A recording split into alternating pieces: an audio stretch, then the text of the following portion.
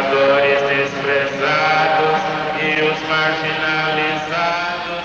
Alguma coisa mudou nas comemorações do 1º de maio. Antigamente, a igreja reunia operários e patrões para pregar a harmonia entre as classes. Hoje, através de suas pastorais e comunidades de base, ela estimula os trabalhadores a participarem dos movimentos sociais. Na Catedral de São Paulo, o cardeal Dom Paulo Arnes celebra a missa pelo Dia do Trabalho. Em frente à igreja, milhares de trabalhadores participarão do ato público convocado por seus sindicatos. Com vocês agora, companheiro nosso, é o líder máximo da classe trabalhadora, é o companheiro Luiz Inácio Lula.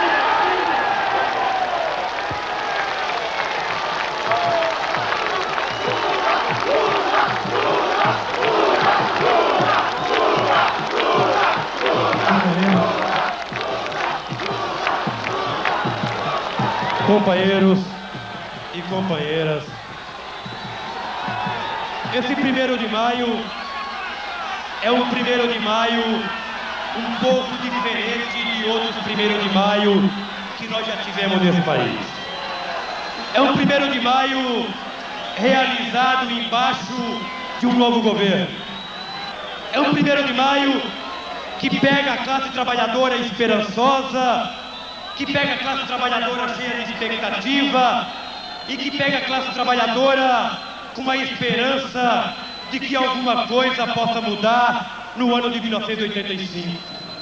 Que Deus nos escute nesta manhã de 1º de maio e que Ele desperte em cada coração a coragem de caminhar com os operários para um tempo novo.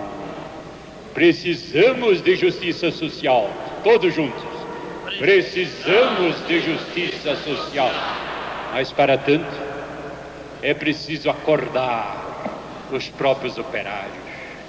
Nós sabemos quantos não estão nem nos sindicatos, quantos não comparecem em nossas reuniões, quantos estão encolhidos, medrosos, dizendo: será que vale a pena?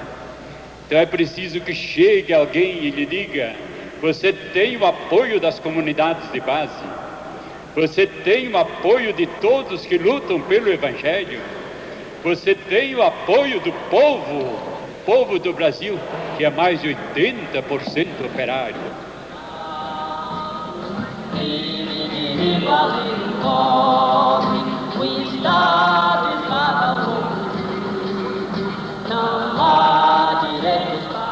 Em 1985, partidos políticos emergem da clandestinidade.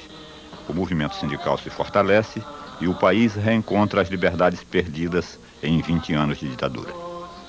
Durante aquele período, a igreja foi um dos raros espaços onde os movimentos de oposição ao regime militar encontraram abrigo.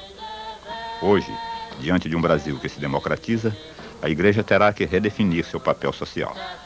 Voltará à tradicional posição conciliadora ou encontrará novas formas de exercer sua opção pelos pobres? A Internacional vem unir justiçação nessa luta final de uma terra sem amos, a Internacional.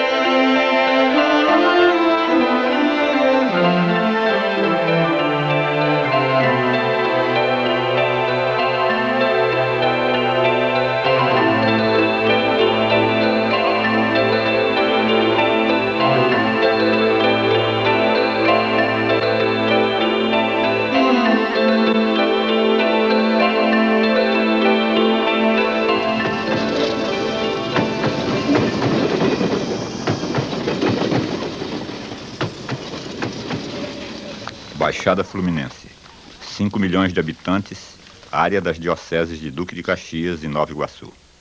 Aqui, como em outras regiões do país, multiplicam-se as comunidades eclesiais de base, o tecido de uma igreja que se renova no convívio cotidiano com o povo. Meu Deus, a vida da gente, Senhor da vida, vai recomeçar. Eu sei que a nossa vida é vida perdida pra quem não amar. Quanta coisa boa eu, como bispo, tenho visto nas nossas comunidades. Quanta gente tem animado a minha própria fé, minha caminhada. A Diocese de Caxias é bonita porque ela cresce em comunidades. Nós éramos 115 há 4 anos em julho, né? Hoje somos mais de 200 e precisamos crescer, não para a glória nossa, mas para que a vida do povo seja bonita e forte. Então, representando as comunidades da paróquia, nós colocamos neste vaso mais algumas flores.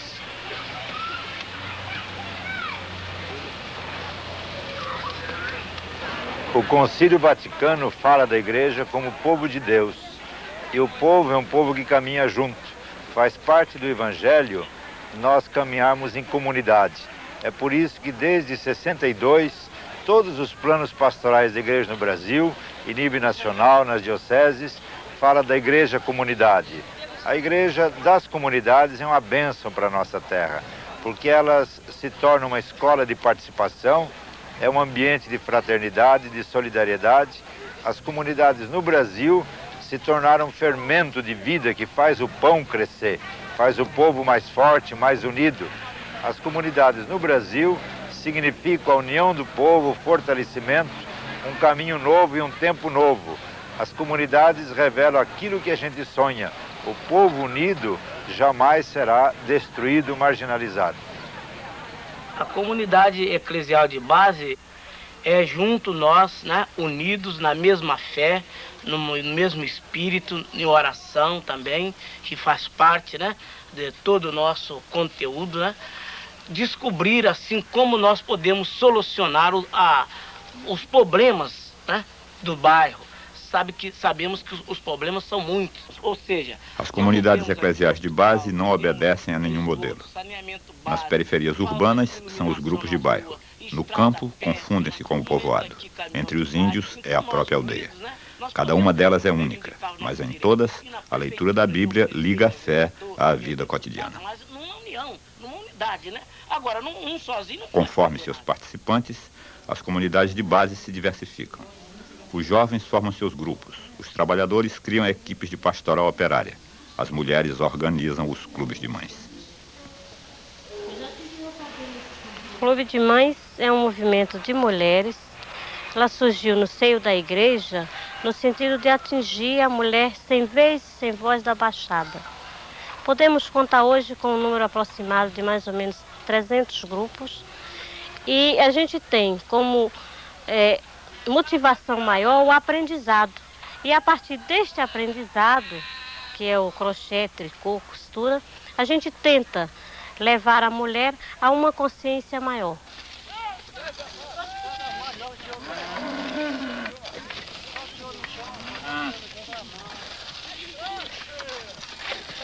A vivência em comunidades estimula iniciativas autônomas do povo. Há 4 anos formou-se em Nova Iguaçu uma associação para ocupar organizadamente terrenos abandonados, o Mutirão de Nova Aurora. A diocese prestou seu apoio.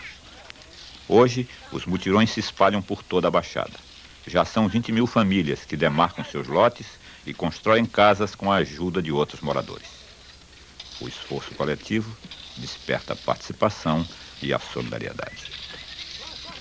Jamais será vencido, o povo unido, jamais será vencido, o povo unido, jamais será vencido, o povo unido, jamais será vencido, o povo unido, jamais será vencido, o povo unido, jamais será vencido, o povo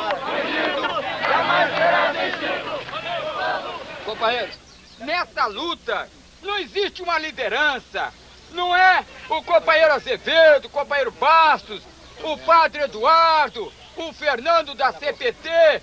Não é esses companheiros que são a liderança. Não é esses companheiros que vão ditar para nós a caminhada. Aonde estiver um camponês consciente, aí está a liderança, aí está a nossa luta representada. Então que cada companheiro aqui tenha essa compreensão de que o líder desse movimento é ele próprio.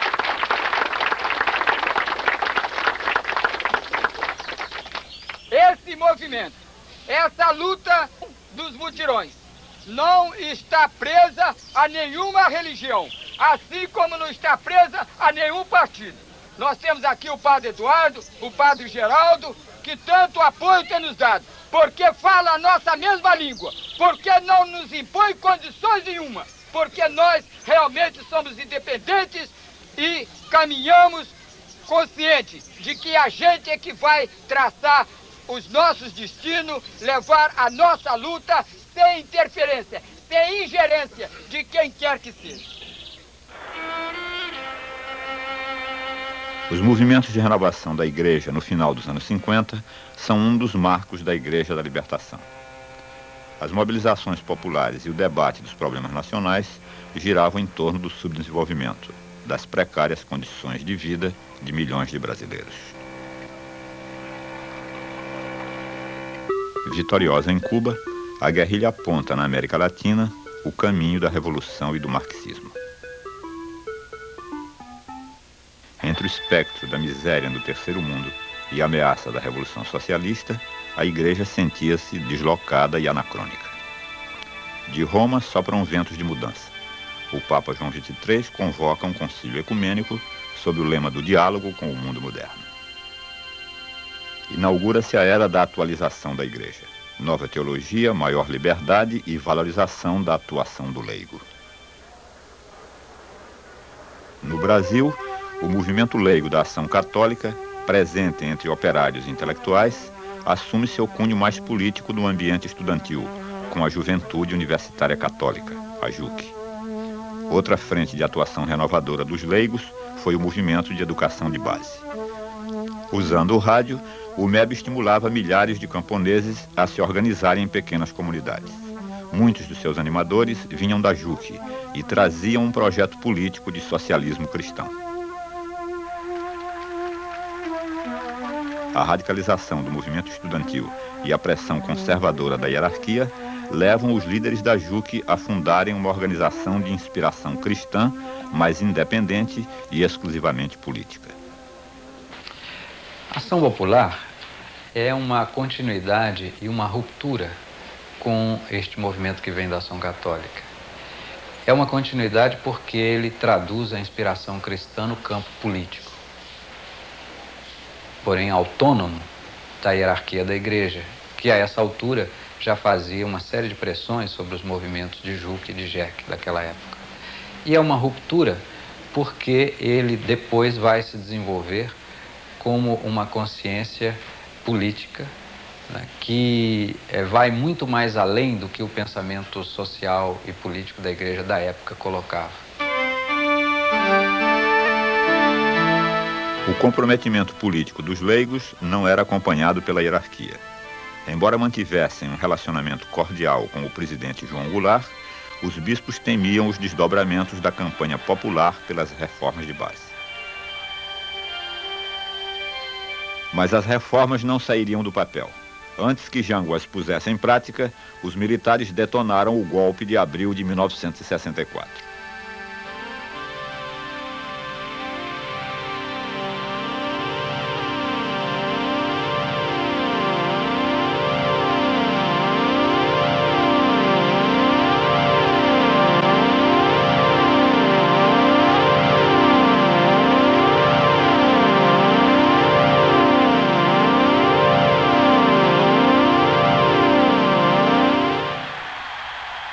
Peça importante no movimento pela derrubada de João Goulart foi a campanha pelo Rosário em Família, dirigida por um sacerdote norte-americano. Marcadamente anticomunista, seu cunho religioso encobria o papel de aglutinar as forças que conspiravam contra o governo. Nas marchas da família com Deus pela liberdade, a classe média agradecia a Deus e aos militares por terem afastado o perigo das reformas de base. Para muitos, prenúncio da comunização do país. Enquanto as lideranças políticas eram presas e exiladas e os movimentos populares reprimidos, os bispos divulgavam nota oficial saudando a intervenção militar. Logo se arrependeriam. A prisão de leigos e padres em várias regiões do país estimula o espírito corporativo da Igreja e a encaminha gradativamente para a oposição. Dom Valdir Calheiros foi o primeiro bispo a ser indiciado em um inquérito policial militar após ter sua casa em Volta Redonda invadida por soldados armados. Mas o principal alvo da repressão contra membros do clero foi o bispo Dom Helder Câmara. Os militares chegaram a proibir, por vários anos, que a imprensa sequer citasse o nome de Dom Helder.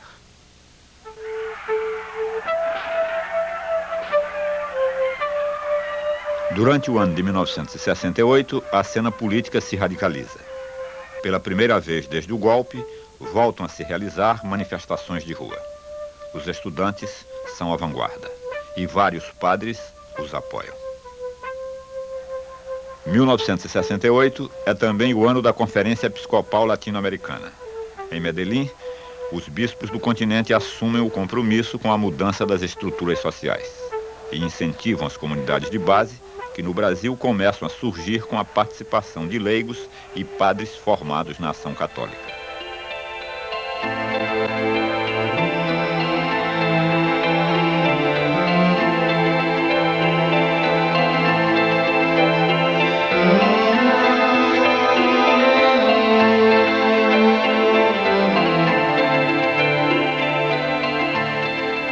No campo está para ser resgatada a maior dívida social brasileira, a distribuição da terra. Enfrentando grilheiros, polícias e juízes, os camponeses que há várias décadas esperam a reforma agrária ocupam as terras improdutivas do latifúndio. Organizados em comunidades, trabalham em mutirão e realizam suas próprias celebrações religiosas.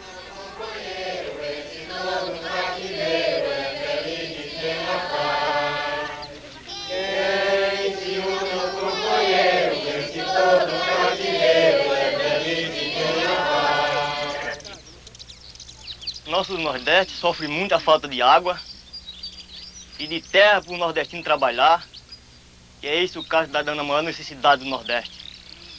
Só com a nossa união devemos arranjar aquilo que a gente precisa, porque é a terra, é o pão, é a nossa mãe.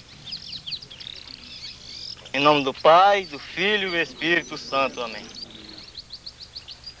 Então, nesta leitura, nós podemos entender um pouco que os filhos de Deus devem viver unidos na fé e na união. Como falou a leitura do Atos dos Apóstolos, todos eram de todo e pensavam em um só sentido, do mesmo modo, ninguém dizia que tinha de si mesmo, mas repartiam. Isto é, que devemos ter em nossa comunidade. Em sinal de união, vamos dar as mãos e rezar o Pai Nosso, né?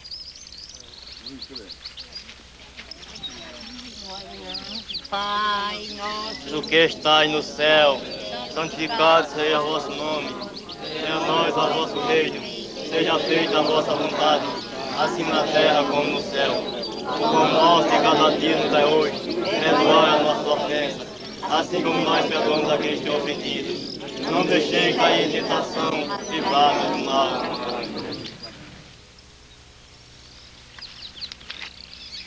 Nós aqui vivemos em comunidade, já conseguimos uma escola, os agricultores trabalham junto de mutirão. E repartimos na maneira do possível uns com os outros. Fomos expulsados, mas graças a Deus já estamos permanecendo na terra. E com o apoio de toda a igreja, graças a Deus, das comunidades unidas, conseguimos construir um barreiro, onde foram presos no dia 10 de outubro 23 agricultores por causa desse serviço. Os agricultores ficaram firmes na luta e continuaram a fazer o barreiro com as ações dos advogados, mesmo proibido por ordem judiciária. E hoje aí está para todos beber água, porque a água é a vida de nós todos.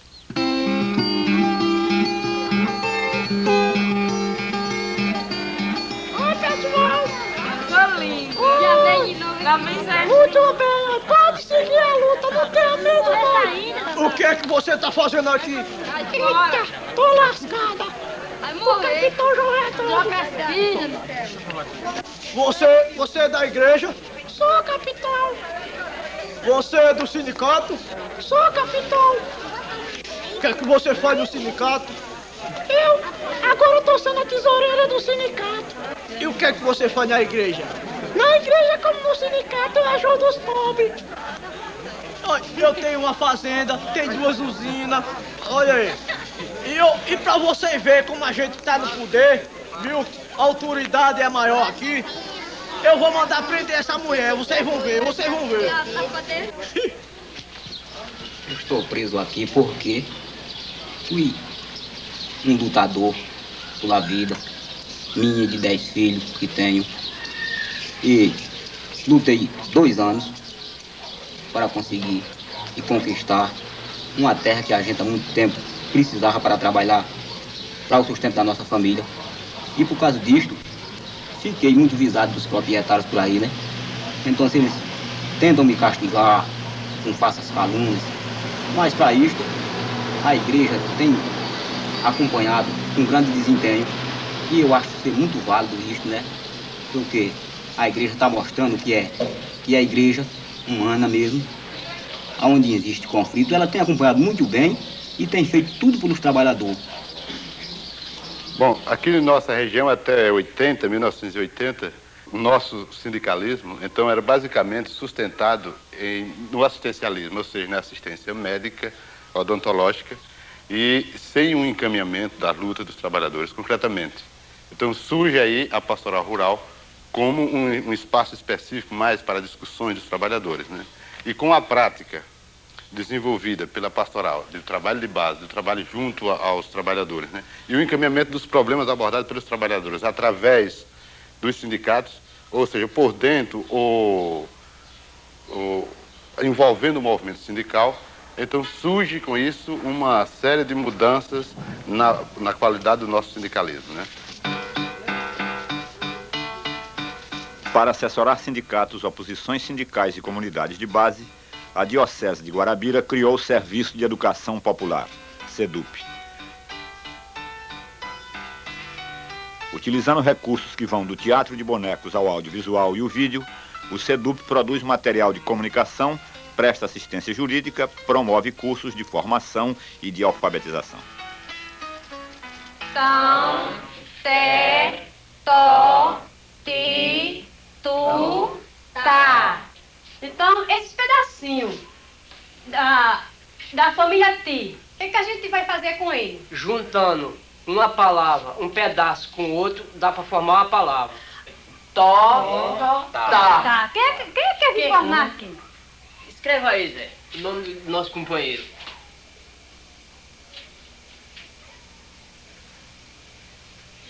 Tó. Oi. Tá. Muito bem.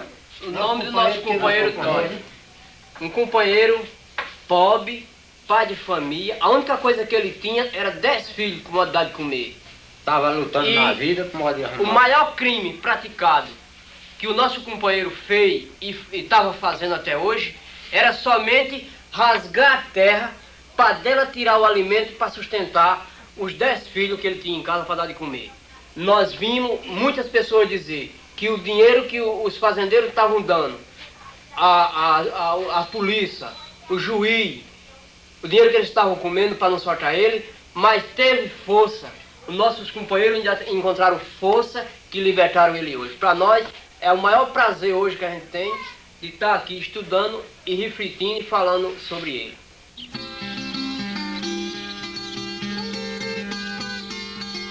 Ouvem Rádio Cultura de Guarabira. Nota: num sinal de protesto pela prisão injusta ao agricultor na cidade de Araruna, a Diocese de Guarabira suspendeu por tempo indeterminado as suas atividades, as suas solenidades em matéria de celebrações.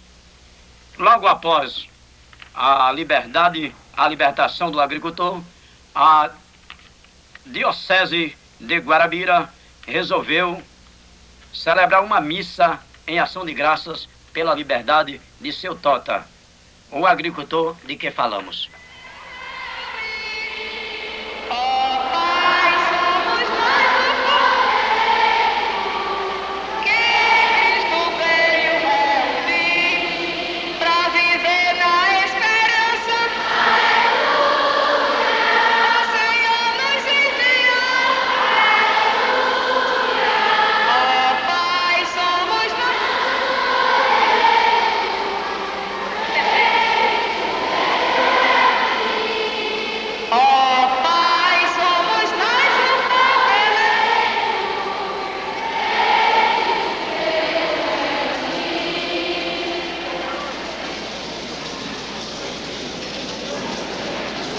Meus irmãos, vocês tiveram aqui em Araruna uma missão. Houve uma missão em Araruna? Houve uma missão. Quem sentiu a missão, levante os ramos. Muito bem. Qual foi ou quais foram os acontecimentos aqui que provocaram esta missão em Araruna? Já estou dizendo aqui, um dos acontecimentos foi a prisão e a libertação do companheiro Tota. Foi ou não foi? Muito bem. Tota vai subir aqui para lembrar o acontecimento. Então, a libertação de Tota significa aquele esforço de libertação de todos os trabalhadores da terra, trabalhadores rurais que lutam pela libertação em Jesus Cristo. O Evangelho nos liberta. Levanta a cruz.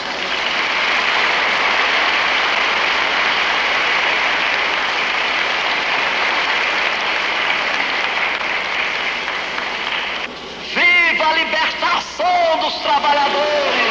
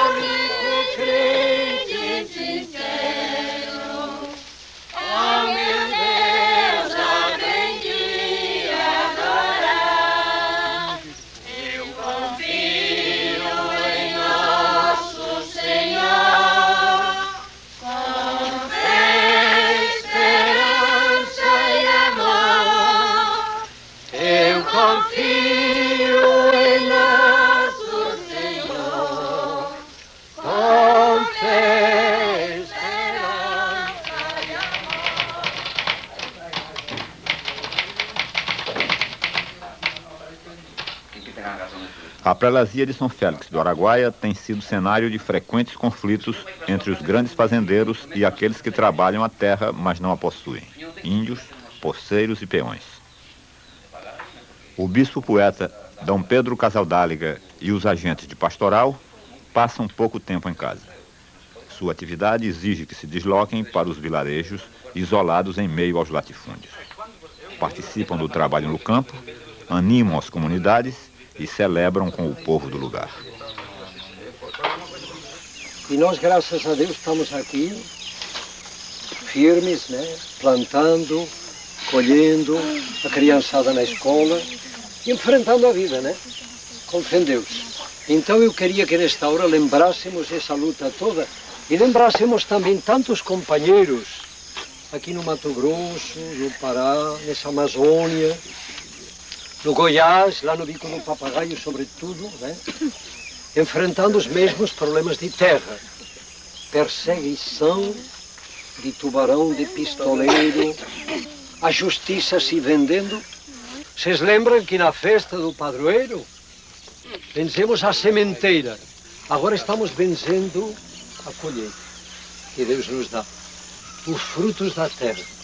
Ele envia o sol, ele envia a chuva e ele dá forças aos homens e às mulheres do campo para plantar, para zelar, para colher. E depois ele dá apetite a todos para comer, né?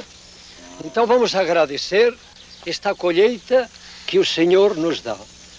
Senhor Deus, nosso Pai, abençoai esta nossa colheita para alimento de nossas famílias, para conforto de nosso povo, na caminhada da vida, no serviço de vosso reino.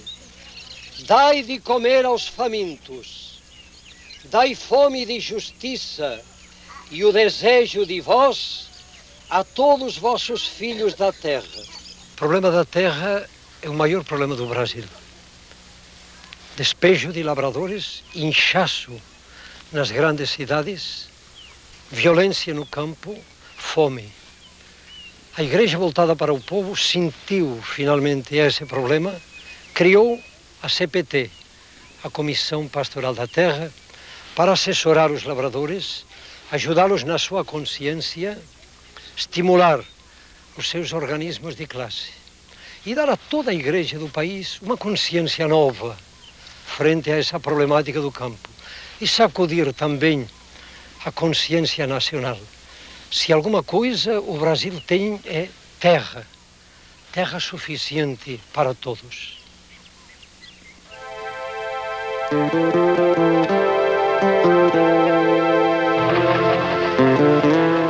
O Araguaia é um dos últimos refúgios dos povos indígenas. Eram 5 milhões quando os portugueses chegaram ao Brasil e hoje não passam de 200 mil. A doutrina de segurança nacional propunha a eliminação definitiva das nações indígenas e sua integração ao sistema capitalista. Entre os movimentos que surgem nos anos 70 para apoiar a luta pela defesa das culturas indígenas e pela demarcação de suas terras está o CIMI, Conselho Indigenista Missionário.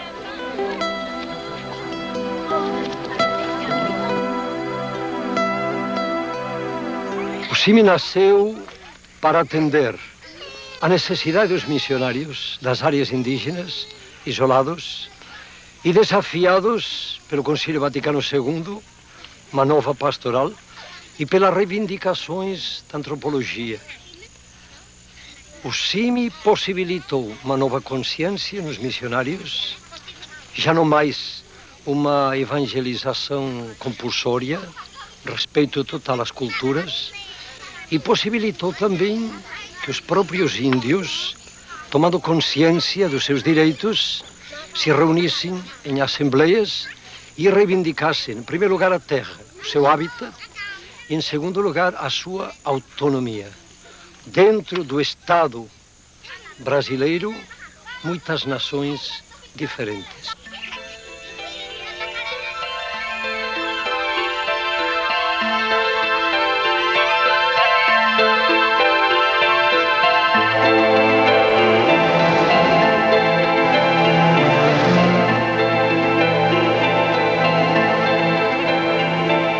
Na região do ABC Paulista, coração industrial do país, organizaram-se os mais importantes movimentos grevistas desde o golpe de 1964.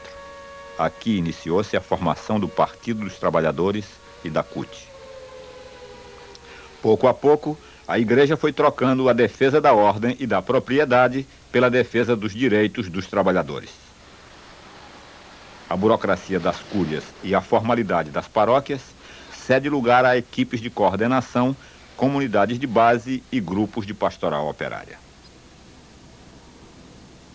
A pastoral operária tem 2 níveis.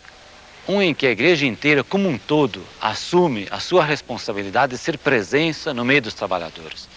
E um outro nível, que é o específico, onde trabalhadores cristãos se organizam como cristãos para atuar no meio do movimento operário. Agora acontece que, com esse inserir-se dentro do meio operário como uma organização de cristãos, não significa organizar paralelamente um outro movimento operário, mas significa ser dentro do movimento operário uma presença cristã.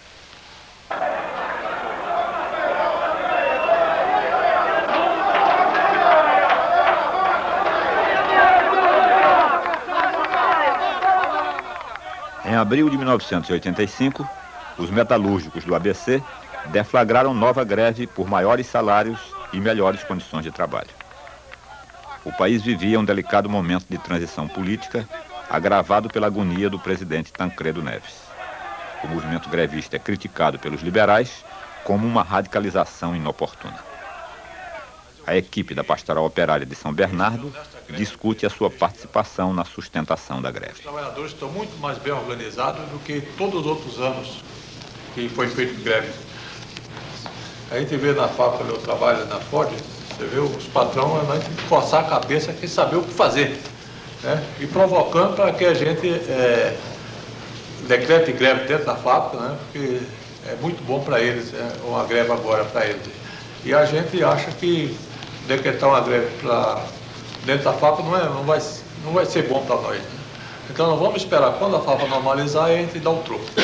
Para viver melhor agora, trabalhar 40 horas. Para viver melhor agora, trabalhar 40 horas. Para viver melhor agora, trabalhar 40 horas. Para viver melhor agora, trabalhar 40 horas.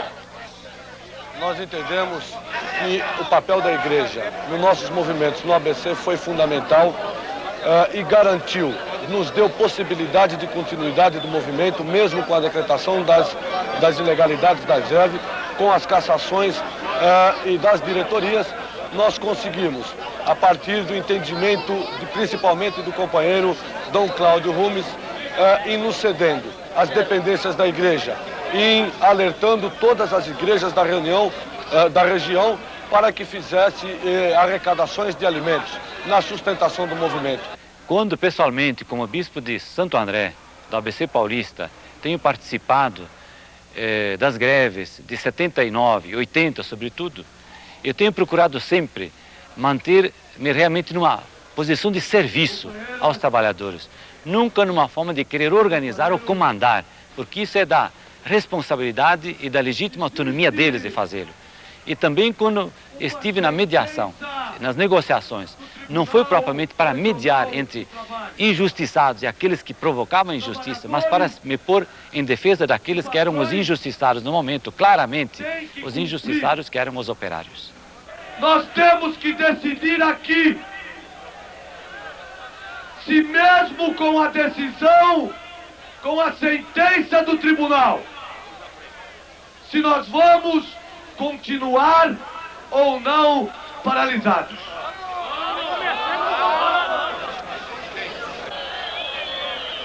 Os companheiros e as companheiras que entenderem que mesmo com a sentença do tribunal nós tenhamos que voltar na segunda-feira a continuar paralisados, levantem os braços.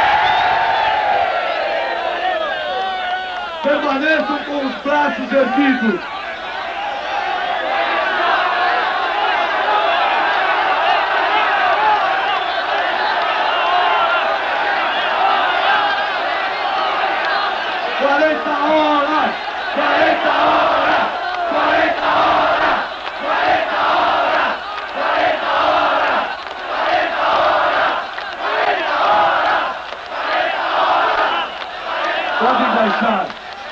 Pode baixar. Não é segredo para ninguém que nos últimos 21 anos, aqui no Brasil, houve dificuldades de convívio entre a Igreja Católica e também outras igrejas cristãs e o regime que se havia instalado no país. E nesse período, a Igreja, através especialmente de seus bispos, e os bispos, através de sua organização, a CNBB, falaram muitas vezes também palavras de crítica, palavras de denúncia, às vezes palavras duras, porque era quase assim que era a única voz, ou ao menos das poucas vozes, que podia falar e tinha que falar em nome do Evangelho, que não tinha nada a perder, mas que devia defender a verdade, ser voz dos que não tinham voz. O caso mais notável da atuação de membros do clero na oposição ao regime militar foi o envolvimento de um grupo de dominicanos com Carlos Marighella. Ex-deputado pelo Partido Comunista, Marighella fundou, no final dos anos 60, uma das mais atuantes organizações de resistência armada à ditadura. Nos anos 60, quando a situação política impedia qualquer outra forma de resistência, senão aquela que se fazia ao arrepio da lei, um grupo de dominicanos também se solidarizou com estudantes e trabalhadores que ousaram apresentar alguma resistência ao regime militar. A figura mais expoente deste grupo foi Frei Tito, que posteriormente no exílio faleceu em consequência das torturas sofridas. Creio que aí a Igreja teve um papel importante de, pela primeira vez na história recente do Brasil, colocar-se nos cárceres ao lado daqueles que estavam dentro das grades, porque apresentaram uma resistência aos tempos difíceis em que o nosso povo vivia. Na década de 70, a repressão se intensifica e a Igreja não é poupada.